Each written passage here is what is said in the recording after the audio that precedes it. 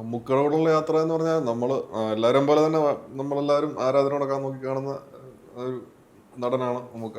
പിന്നെ അതുപോലെ പ്രത്യേകിച്ച് മലയാളത്തിൽ സംവിധാനം ചെയ്യാൻ ആഗ്രഹിക്കുന്ന എല്ലാവരുടെയും മനസ്സിലുള്ള ഒരു വലിയൊരു സ്വപ്നമായിരിക്കും മമ്മൂക്കയുടെ കൂടെ ഡെബ്യൂ ചെയ്യാൻ പറ്റുക എന്നുള്ളത്. അതെ അതെ, അങ്ങനെ ഒരു വലിയ ചരിത്രമുണ്ട്. ഞാൻ പിന്നെ പണ്ട് മാമാങ്കം എന്ന സിനിമ സജീവ് പിള്ളയുടെ കൂടത്തിലും അസിസ്റ്റ് ചെയ്തൊരു പരിചയമുണ്ട് മമ്മൂക്കയുടെ കൂടെ.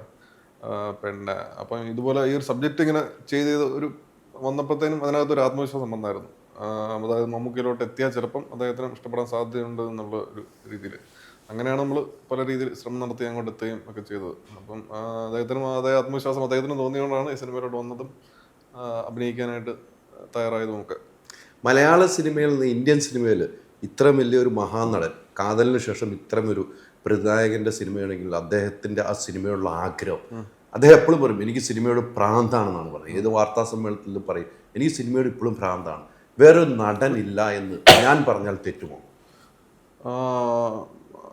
നിലവിലെ റിയാലിറ്റി വെച്ചിട്ട് അത് കറക്റ്റ് സത്യമാണ്.